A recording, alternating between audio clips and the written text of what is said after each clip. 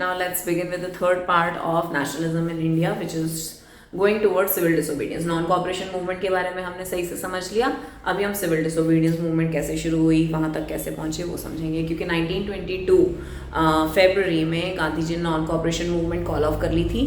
And the reason was Chauri Chaura वाला incident. और उन्होंने ये देखा कि हमें अभी रिकन्स्ट्रक्शन करनी है, मतलब हमारे पास खुद भी तो कोई सामान होना चाहिए. हमारे पास अपने बैंक्स नहीं, अपने लॉ कोर्ट्स नहीं, अपने स्कूल नहीं, अपने कॉलेज नहीं. किस बेसिस पे कह रहे हो लोगों को सब काम छोड़ के बैठ जाओ? ऐसा नहीं हो सकता. Plus he also saw that violence is also going on. तो अभी सत्याग्रहीज को ट्रेन करने की जरूरत है. He understood the fact, so therefore he thought कि अभी नॉन कोऑपरेशन मूवमेंट या कह लो जो भी अभी ये सत्याग्रहियों वाली मूवमेंट है बंद करते हैं. तो इन बिटवीन CR दास और मोतीलाल नेहरू ने ये डिसाइड किया कि हमें काउंसिल इलेक्शंस छोड़ने नहीं चाहिए. क्यों? क्योंकि ब्रिटिश को उन्हीं की मीटिंग्स में बैठकर गलत साबित करने की अपॉर्चुनिटी हमारे पास वही है. तो गांधी जी ने उसे कंसीड किया और उन्होंने कांग्रेस के अंदर ही एक स्वराज पार्टी, इट्स लाइक अ सब पार्ट, कि स्वराज पार्टी गाइडलाइंस वो कांग्रेस की फॉलो कर रही थी, but visibly Congress is not participating in council election. But वो स्वराज पार्टी जो थी वो पार्टिसिपेट कर रही थी काउंसिल इलेक्शंस में. एंड ब्रिटिश की जैसे काउंसिल्स में ही बैठकर उनको गलत साबित करना या गलत कहना कि if they are doing something wrong they should not do such things. ठीक है. Then in the meantime reconstruction programme शुरू करने के लिए गांधी जी ने सबको, सारे लोगों को, जितने भी उनके फॉलोअर्स थे, वॉलंटियर्स थे, उनको एनकरेज किया. क्योंकि कुछ सालों के लिए गांधी जी जेल चले गए थे आफ्टर चौरी चौरा इंसिडेंट. हाँ. देन 1928 में टॉरी गवर्नमेंट थी ब्रिटेन में, उन्होंने स्टैचुअरी कमीशन, मतलब इंडिया में भी, क्योंकि देखो चीज़ों के प्राइसेस फॉल कर रहे थे, क्योंकि फर्स्ट वर्ल्ड वॉर के बाद पूरे वर्ल्ड में एक डिप्रेशन आया था 1929 से 34 तक, कुछ 4-5 साल का. ये आता है हर बारी वर्ल्ड वॉर्स के बाद, एक इकोनॉमिक डिप्रेशन आता है. तो वैसे ये हम कोरोना को वैसे एक थर्ड वर्ल्ड वॉर की तरह कंसिडर कर रहे हैं, तो यू कैन थिंक. खैर, हम इकोनॉमिक्स नहीं पढ़ रहे हैं अभी. हाँ. तो कमिंग बैक कि 1928 में टॉरी गवर्नमेंट ने साइमन कमीशन भेजने का डिसाइड किया. And when Simon commission arrive to India it was greeted with black flags. क्यों ब्लैक फ्लैग्स के साथ उसे ग्रीट किया गया? बिकॉज उस कमीशन में एक भी इंडियन मेंबर नहीं था. भैया इंडियन एडमिनिस्ट्रेशन को आपने इंप्रूव करना है, इंडियन थिंग्स आपने इंप्रूव करनी है, तो इंडियन बंदे भी तो होने चाहिए ना इंडियन प्रॉब्लम्स शेयर करने के लिए या सही से गाइडलाइंस समझने के लिए. मतलब कोई बंदा तो होना चाहिए उस कमीशन में, but no one was there. So therefore Simon was greeted with go back Simon, black colour के फ्लैग से उसे ग्रीट किया गया था. And when some protest was going on, तो लाला लाजपत राय जिस प्रोटेस्ट के साथ है उस प्रोटेस्ट के ऊपर सॉन्डर्स नाम के ब्रिटिश ऑफिसर ने लाठीचार्ज ऑर्डर कर दिया था और लाला लाजपत राय को फैटल चोट लग गई थी, जिसकी वजह से उनकी डेथ हो गई. और उसके बाद फिर ये जो भगत सिंह एंड फ्रेंड्स का ग्रुप था ना, उनमें से किसी ने जाके सॉन्डर्स को भी मार दिया था. But that is another part, हम गांधी जी पे ज़्यादा फोकस करेंगे. देन 1929 अक्टूबर में लॉर्ड इरविन, जो उस टाइम पे हमारे देश के गवर्नर जनरल थे, उन्होंने गांधी जी को इन्वाइट किया, कांग्रेस को रादर इन्वाइट किया for first round table conference. Round table conference कुछ नहीं होती, गोल टेबल पे बैठ के मीटिंग. ठीक है, वही है. तो राउंड टेबल कॉन्फ्रेंस के लिए इनवाइट किया इन लंदन, बट कांग्रेस ने जाने से मना कर दिया, क्योंकि ब्रिटिश जो थे वो डोमिनियन स्टेटस के लिए एग्री नहीं कर रहे थे. डोमिनियन स्टेटस इज लाइक पूरी इंटरनल गवर्नमेंट हमारी, सिर्फ एक्सटर्नल अफेयर्स में ब्रिटिश कंट्रोल करेगा. तो वो भी अग्री नहीं कर रहे थे, तो उन लोगों ने जाना ही एक्सेप्ट नहीं किया. रादर 1929 दिसंबर Lahore session, this is a historic session, everybody please listen to it carefully. 1929 दिसंबर लाहौर सेशन में कांग्रेस ने डिसाइड किया दैट कि हम अब पूर्ण स्वराज मांगेंगे इनसे, और आने वाली 26 जनवरी को हम पहला इंडिपेंडेंस डे मनाएंगे. मतलब 26 जनवरी इसलिए इंपॉर्टेंट है क्योंकि हमारे इंडिपेंडेंस होने से पहले ही 26 जनवरी को इंडिपेंडेंस डे बनाना शुरू हो गए थे. इसीलिए हमारा रिपब्लिक डे 26 जनवरी मनाया जाता है, irrespective of the fact that 26 नवंबर को हमने अपनी कॉन्स्टिट्यूशन को अडॉप्ट कर लिया था. 1949 26 नवंबर हमारे देश में कॉन्स्टिट्यूशन अडॉप्ट हो गई थी, मान्य हो गई थी कि ये वाली कॉन्स्टिट्यूशन हम एक्सेप्ट करते हैं. बट लागू 26 जनवरी से हुई थी. मेरे स्टूडेंट्स बोलते हैं 2 महीने मैम ये पैसे इकट्ठे कर रहे थे पार्टी करने के. ऐसा नहीं है. तो 26 जनवरी जो पहले से इंडिपेंडेंस डे के नाम से सेलिब्रेट किया जा रहा था, उस दिन को इज्जत देने के लिए रिपब्लिक डे उसी दिन मनाया गया. ठीक है। So now that is one thing. उसके बाद महात्मा गांधी ने लॉर्ड इरविन को एक लेटर लिखा जिसमें उन्होंने अपनी 11 डिमांड्स रखी, जिसमें ज़्यादातर डिमांड्स लोकल लोगों की थी, मतलब आम लोगों की थी जो परेशानी झेल रहे हैं ब्रिटिश लॉज की वजह से, कि हमारी ये डिमांड्स प्लीज़ एक्सेप्ट कर लीजिए। जिसमें से एक सबसे मोस्ट इंपॉर्टेंट डिमांड थी, वो थी सॉल्ट लॉ का रिमूव करना। What was salt law? Salt law ये था कि इंडियन लोग अपने कोस्टल एरिया में, अपने देश के कोस्टल एरिया में जाके नमक नहीं बना सकते, मतलब पानी लेना है समंदर का भरा पड़ा है जो, उसको इवेपोरेट करके उसका नमक निकाल के यूज नहीं कर सकते। That is against the law.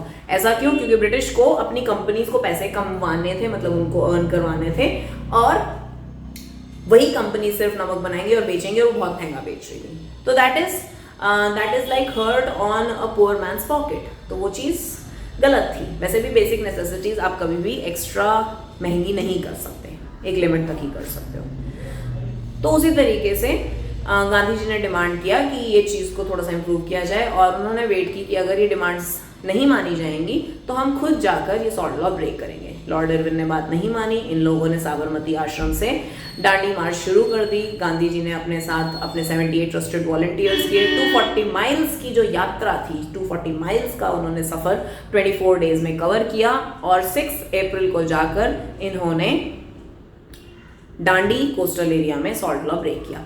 Gandhi ji की देखा देखी देश में बहुत बहुत सारे जितने भी लीडर्स थे और फ्रीडम फाइटर्स थे, whatever people wanted, उन सब लोगों ने भी मिलकर दांडी मार्च की तरह अपने यहाँ पे marches, because coastal areas are many, South India is full of coastal areas, सब लोगों ने कोस्टल एरिया में जाके सॉल्ट लॉ ब्रेक किया following the example, and this led to the start of civil disobedience movement. Civil disobedience movement started 6th April 1931. Civil disobedience movement में वही चीज़ थी, honours वापस करो, धीरे धीरे चीज़ों को बाइकआउट करना शुरू करो, टैक्सेस पे करना बंद कर दो जो वैलिड टैक्सेस नहीं है, जैसे कोई चौकीदारी taxes was related to the forest only, कि फॉरेस्ट तो भैया लीगल राइट है, हमारा एंशिएंट राइट है, हेरिडिटरी राइट है, हमसे ये कैसे छीन सकते हैं। मतलब कुछ ऐसे ऐसे टैक्सेस पे करना बंद करो। और वही है गवर्नमेंट इंस्टीट्यूशंस, क्योंकि अब थोड़ी बहुत रिकंस्ट्रक्शन हो चुकी थी, हमारे पास अपने स्कूल्स, हमारे पास अपने कुछ सेटअप्स थे कि अगर हम ब्रिटिश सेटअप्स को छोड़ दें तो हम कहाँ जाएंगे। तो लोगों ने चीज़ें शुरू कर दी, ब्रिटिश ने वापस से ऑपरेशन शुरू कर दिया, मारकुटाई शुरू कर दी, और खान अब्दुल गफर खान, जिनको फ्रंटियर गांधी बोला जाता था, north west India means Pakistan area को गांधी के इन्फ्लुएंस में रखने का पूरा क्रेडिट खान अब्दुल गफर खान को दिया जाता है in the history. And Jawaharlal Nehru इनको उठा के जेल में डाल दिया। तो गांधी जी ने देखा कि सब जगह वायलेंस हो रही है, उन्होंने सेकेंड राउंड टेबल कॉन्फ्रेंस में जाने का इन्विटेशन इन 1932 एक्सेप्ट कर दिया। राउंड टेबल कॉन्फ्रेंस में वो गए थे, तो ये जो एक्सेप्ट किया था उन्होंने invitation, that was known as Gandhi Irwin pact. ये एग्जाम्स में पूछा जाता है, पढ़ लेना, गांधी इरविन पैक्ट। गांधी जी गए 1932 दिसंबर में, he went to this round table conference, but उनके लिए कोई फ्रूटफुल रिजल्ट नहीं निकल के आया, and that is why he came back disappointed. In between वो मतलब एक दूसरे के साथ प्रोमिसेस ये हुए थे कि वो Gandhi ji civil disobedience movement stop कर देंगे और लॉर्ड इरविन जितने भी पॉलिटिकल प्रिजनर्स हैं उनको रिलीज कर देंगे। वो जब इंडिया आए उन्होंने देखा कोई पॉलिटिकल प्रिजनर्स भी रिलीज नहीं है, तो उन्होंने बहुत ही ज़्यादा बिना मन के, बट फिर भी उन्होंने नॉन कोऑपरेशन मूवमेंट को रिज्यूम कर दिया। नॉन कोऑपरेशन बोल दिया मैंने, सिविल डिसोबीडियंस मूवमेंट को उन्होंने रिज्यूम कर दिया। But now the movement had lost its momentum, तो कुछ हो नहीं सकता था खास, वो धीरे धीरे अपने आप 34 तक डाई डाउन कर गई। अब हम देखते हैं कि अलग अलग कम्युनिटीज़ का रोल क्या था इन सिविल डिसोबीडियंस मूवमेंट। सबसे पहले गांधी जी और कांग्रेस को पहले तो ये समझ लो कि जो कांग्रेस थी, it was made of rich people. Only rich people have the confidence to talk to the other rich people like British. Understood सी बात है, गरीब फार्मर में इतनी हिम्मत ही नहीं होती है कि वो बात कर पाए। तो Congress was of rich people then. I am not saying that they were rich so they were biased towards rich, but मैं एक जनरल आपको सेटअप बता रही हूँ कि उससे लोगों के माइंडसेट पे क्या फर्क पड़ता है। तो जमींदार और ताल्लुकदार से इनके कॉन्टैक्ट्स अच्छे ज़रूरी इसलिए भी थे क्योंकि मूवमेंट चलाने के लिए पैसे लगते हैं। अगर आप लोगों को लड़ने मरने के लिए बुला रहे हैं, आप ये नहीं बोलेंगे टिफिन बांध के आना, ठीक है। ऐसा भी हो सकता है कि रात भर या 2-2, 3-3, 4-4 रात भर लोग घर ना जा सके, रहने की जगह चाहिए होती है, तो that can only be provided by rich people, ठीक है। तो इसलिए कांग्रेस जमींदार ताल्लुकदारों का साथ नहीं छोड़ सकती थी, उनकी डिमांड्स को इग्नोर नहीं कर सकती थी जो ब्रिटिश के अगेंस्ट डिमांड कर रहे हैं। बट जो पेजेंट्स थे वो तो इन्हीं जमींदारों से दुखी हैं, तो they were not interested in supporting Gandhi और civil disobedience movement. Secondly industrialist भी शुरू में, बिकॉज इंडस्ट्रीज को भी प्रॉपरली डेवलप, प्रॉपरली प्रोग्रेस नहीं होने देते थे British, because they didn't want India to become self dependent. वो हो जाएंगे तो ये छोड़ देंगे, इनको ब्रिटिश की जरूरत ही नहीं रहेगी, तो डेवलप ही नहीं होने देते थे। तो इंडियंस ने इनफैक्ट अपनी कुछ फेडरेशंस भी फॉर्म कर रखी थी। One is Federation of Indian Chamber of Commerce and Industries in 1927, दोबारा बोल देती हूँ because it's a name to be remembered. MCQs में आ सकता है, नॉर्मली कभी नहीं पूछा जाता, बट एमसीक्यूज में the name is Federation of Indian Chamber of Commerce and Industries. It was formed in 1927 and another organisation that they had formed was Indian industrial and commercial Congress in 1920। I am saying it again, Indian industrial and commercial Congress in 1920। इन्होंने अपने groups form कर लिए थे अपनी demands को British के आगे put forward करने के लिए, बट कुछ खास हो नहीं रहा था। So they also participated in civil disobedience movement and plus they were also the source of funds for civil disobedience movement. But उन्होंने भी वायलेंस देखा। देन उन्होंने देखा कि एक बार कॉल ऑफ कर ली गई इन बिटवीन, जब गांधी जी लंदन गए थे for second round table conference. तो उन्होंने देखा कि यार हम इंडस्ट्रियलिस्ट हैं, we are not for all this कि हम फाइट करते रहे, भाई हमें सैलरीज देनी है, हमें बिजनेस चलाने हैं, हम अपने काम कर रहे हैं, हम यहाँ पे सड़कों पे उतर के मारकाट नहीं कर सकते। So when the movement was resumed they were not interested in joining back. And workers भी कुछ एक वर्कर्स, कहीं एक बारी रेलवे वर्कर्स, एक बारी डॉक वर्कर्स एंड एक बारी mine workers in different years 1930 and 32, in years में इन लोगों ने मूवमेंट को सपोर्ट किया। बट दैट वॉज इट कि वर्कर्स भी कोई बहुत ज़्यादा नहीं होते, बिकॉज वर्कर्स को इंडस्ट्रियलिस्ट से कंप्लेन होती है, तो इंडस्ट्रियलिस्ट कांग्रेस के लिए ज़रूरी थे। Then mainstay of the movement was civil disobedience movement was women. Women was important इसलिए क्योंकि विमेन ना नॉन कॉपरेशन मूवमेंट की वजह से बहुत सारे लोगों का विश्वास उठ गया था कांग्रेस और उनके एफर्ट्स से। तो भीड़ चाहिए होती है इफेक्ट प्रोड्यूस करने के लिए, और फिर भीड़ कहाँ से लाएं?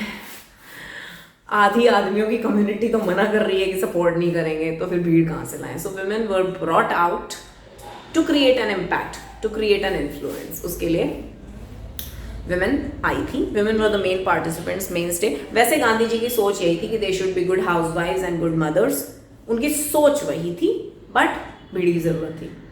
ये तो दुनिया में होता है, मेरे को बोलते हुए थोड़ा सा ऐसा लग रहा है, बट जो हिस्ट्री सच है वो तो बतानी पड़ेगी ना आप लोगों को। ये दुनिया में होता है। इसके और एग्जाम्पल्स भी हैं। वियतनाम वाला एक चैप्टर जो आप लोगों के सिलेबस में अब नहीं है, सेकंड चैप्टर, कभी फुर्सत हो तो पढ़ लेना, अच्छा चैप्टर है वो भी। उसमें ऐसा कुछ वुमेन के अगेंस्ट ऑपरेशन नहीं है, बट ये दिखाया गया है कि वुमेन की जब ज़रूरत होती है देन दे आर फोर्स, हाँ बेटा आ जाओ, आप पूरा दम में, आप माँ काली हो एंड ऑल।